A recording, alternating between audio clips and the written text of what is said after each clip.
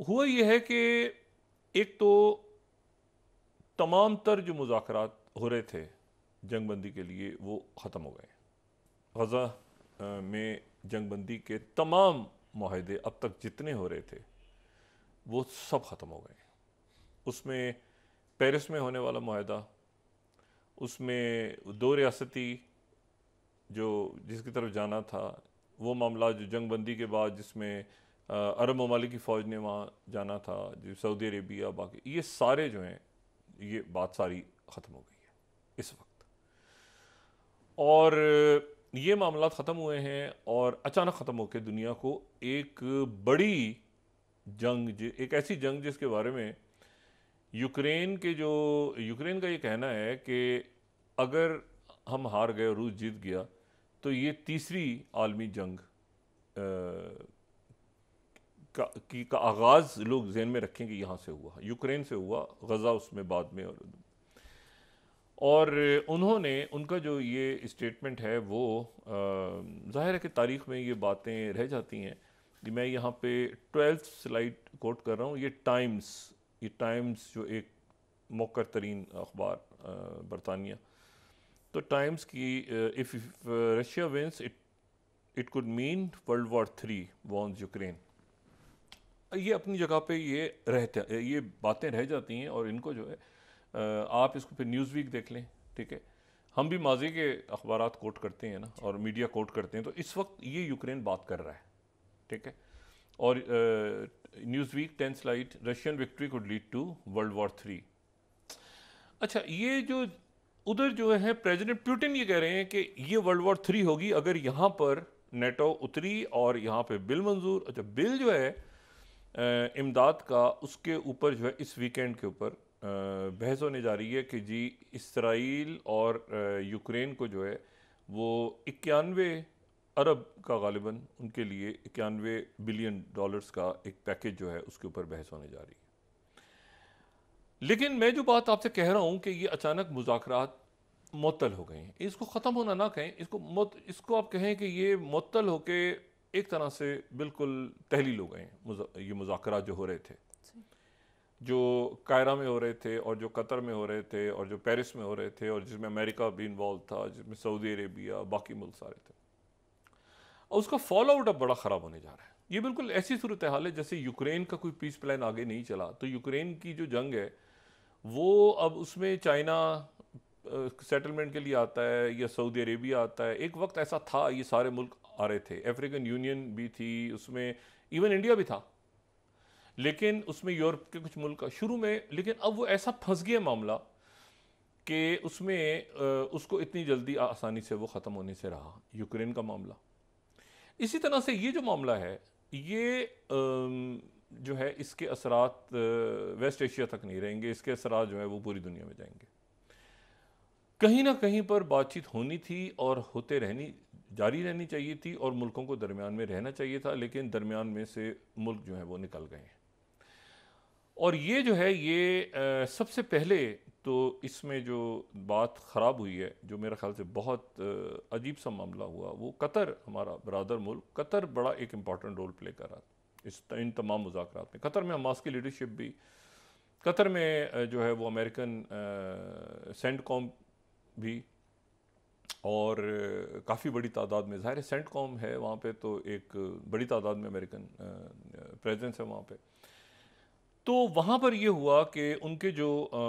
Third slide अगर हम दिखाएं तो ईस्टर्नी हॉवर हैं, ये इन्होंने जो है ये एक स्टेटमेंट दिया, बड़ा सख्त स्टेटमेंट। ये इससे पहले पिछले महीने भी ये बात होती रही है, हमारे सामने ये बात आती रही है, और उन्होंने स्टेटमेंट दिया। और ये जो ईस्टर्नी हॉवर हैं, इन्होंने कहा कि जो थर्ड स्लाइड हम दिखाएं कि इन्होंने स्टेटमेंट दिया, कांग्रेसमैन है, इन्होंने कहा कि कतर जो है वो हमास के ऊपर प्रेशर डाले और होस्टेजेस को रिलीज़ करे और टेम्प्रेरी सीज़ फायर की तरफ जाए, लेकिन ये है कि दूसरी सूरत में कतर के साथ हमारे जो अमेरिका के ताल्लुकात हैं वो हमें नजर षानी करनी चाहिए। अच्छा, पिछले कुछ दिन पहले अगर 8th स्लाइड हम दिखाएं तो टेड बर्ड जो यूएस सेनेटर हैं, उन्होंने भी दीगर सेनेटर्स के साथ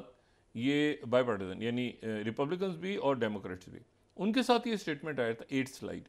senators Budd and Ernst call on Qatar to expel Hamas leaders. तो कतर जो है, कतर के ऊपर अब देखें, कतर एक ऐसा मुल्क है जिसने ये अफ़गानिस्तान की डिप्लोमेसी में भी एक रोल प्ले किया, और उसके बाद कतर एक ऐसी जगह जो इसमें भी रोल प्ले कर रहा था, और अमेरिकन ऑन बोर्ड कतर में थे। लेकिन ये हुआ कि वहाँ पे कतर के ऊपर एक प्रेशर पहले नेतन्याहू ने बिल्ड किया, पहले कायरा पे बिल्ड किया, फिर कतर पे बिल्ड करना शुरू कर दिया, फिर उसके बाद ये हुआ कि वो कतर में तुर्की के जो वज़ीर ख़ारजा हैं, वो उनके साथ एक प्रेस कॉन्फ्रेंस हुई आज। और वो जो प्रेस कॉन्फ्रेंस हुई तो उसमें जो कतर के वज़ीर आज़म, ये मैं 5th स्लाइड यहाँ पे दिखा रहा हूँ, उनके वज़ीर आज़म और जो वली अहद हैं मोहम्मद बिन अब्दुर्रहमान अल थानी, जो इन तमाम मुज़ाकरात में कतर एक अहम रोल अदा कर रहा था। तो उनकी तरफ से ऑफिशियल जो आज स्टेटमेंट आई है, 5th स्लाइड, उन्होंने कहा कि prime minister and minister of foreign affairs ने यह बयान दिया कि Qatar evaluating mediation to end war, rejects attack on its role. एक तो उन्होंने कहा कि हम अरसर नौ इस बात का जायज़ा ले रहे हैं कि हम इस मीडिएशन में कोई रोल ख़त्म करें, अपना रोल जो प्ले कर रहे हैं उसे हम दोबारा करें। और एक तो उन्होंने जो अटैक्स हुए हैं अपने उनके कतर के रोल पे, उसके ऊपर उन्होंने शदीद उसकी मजम्मत की, और उन्होंने कहा कि ये जो हमारे ऊपर अटैक्स हो रहे हैं कतर पे, तो हम इसके ऊपर इवेल्युएट कर रहे हैं अपनी मीडिएशन, कि हम इसमें करवाएं मीडिएशन। क्योंकि देखें, कभी बाइडेन वहाँ फ़ोन करते हैं, कभी जो है वो वहाँ पे वो इनको मिस्र के प्रेसिडेंट को फ़ोन करते हैं, इधर फ़ोन करते हैं। और कभी ये होता है कि वो उनके सेनेटर्स बात करनी शुरू कर देते हैं उनका। तो कतर ने कहा कि भाई हम इससे अपना रोल, जो भी रोल है हमारा, वो हम इसमें अरसर नौ इस पर गौर कर रहे हैं। फ़िलहाल हम इसमें जो है वो मतलब एक साइड पे कतर ने अपना जो मीडिएटिंग रोल था उसको कतर ने कहा है कि हम इसको एवेल्युएट करेंगे दोबारा। इसी दौरान जो है वो अभी कुछ देर के बाद सिक्योरिटी काउंसिल का इजलास हो रहा है, और सिक्योरिटी काउंसिल के इजलास में फ़लस्तीन को जो है वो एक आज़ाद रियासत तस्लीम करने के हवाले से वहाँ पे वोटिंग हो रही है, और चाइना ने और रशिया ने और बाकी मुल्क जितने हैं उनकी अक्सरियत जो है उसने हमायत की है। कुछ मुल्क एब्सटेन करेंगे, लेकिन अमेरिका वीटो कर देगा। ईरान के वज़ीर ख़ारजा अमीर अब्दुल्लाहियान जो है वो न्यूयॉर्क में है, वो अमेरिका में है। न्यूयॉर्क, ये ज़हन में रखें, अक़वाम मुत्तहिदा जो है वो है तो अमेरिका में, लेकिन वो अमेरिका अगर किसी मुल्क के साथ ख़राब ताल्लुकात भी रखता है तो भी अक़वाम मुत्तहिदा में अगर वो मुल्क उसका वीज़ा, उसके मामला सारे, यानी अक़वाम मुत्तहिदा न्यूयॉर्क में जो है या जनीवा में, आप समझ लें कि वो भी सारी दुनिया का ही है।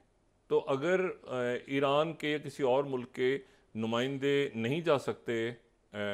वाशिंगटन डीसी, तो वो न्यूयॉर्क अक़वाम मुत्तहिदा तक वो जा सकते हैं। तो ईरान के जो वज़ीर ख़ारजा हैं वो ख़ुद पहुँचे हुए हैं वहाँ पे, और वहाँ पर अभी फ़लस्तीनी रियासत के लिए वोटिंग हो रही है। वोटिंग को गालिबन वहाँ पे जो मेरा अपना ख्याल है कि अमेरिका वीटो करेगा। कुछ देर पहले अमेरिका ने जो है, अमेरिका और ब्रिटेन ने पाबंदियाँ लगाई हैं पासदाराने इनकलाब पे, ईरान पे, और वो पाबंदियाँ जो हैं वो लगाई हैं इसराइल पे जो जवाबी कार्रवाई हुई, और उसके नतीजे में कुछ शख्सियात हैं जिन पे पाबंदी लगी है, और कुछ ऐसी कंपनीज़ हैं जो कि ईरान के ड्रोन या मिज़ाइल सिस्टम के अंदर हेल्प करने में कोई उनकी मदद वगैरह कर रहे थे, उन पे पाबंदियाँ लगा दी। लेकिन असल जो बात है वो ये है कि चूँकि मुज़ाकरात ख़त्म हो गए इस मरहले पे, तो यहाँ पर इसराइल ने ये कहा है कि हम ईरान पर हमला जो है वो कुछ देर के लिए उसमें ताख़ीर कर रहे हैं, लेकिन रफ़ा पर हमें ऑपरेशन की इजाज़त दी जाए। और जो इसराइल है वो ये कह रहा है कि हमें अमेरिका की तरफ से खामोशी से रजामंदी हो गई है कि ठीक है, आप अभी ईरान पे हमला ना करें, फौरी तौर पे जवाब ना दें, और ये पास ओवर गुजरने दें।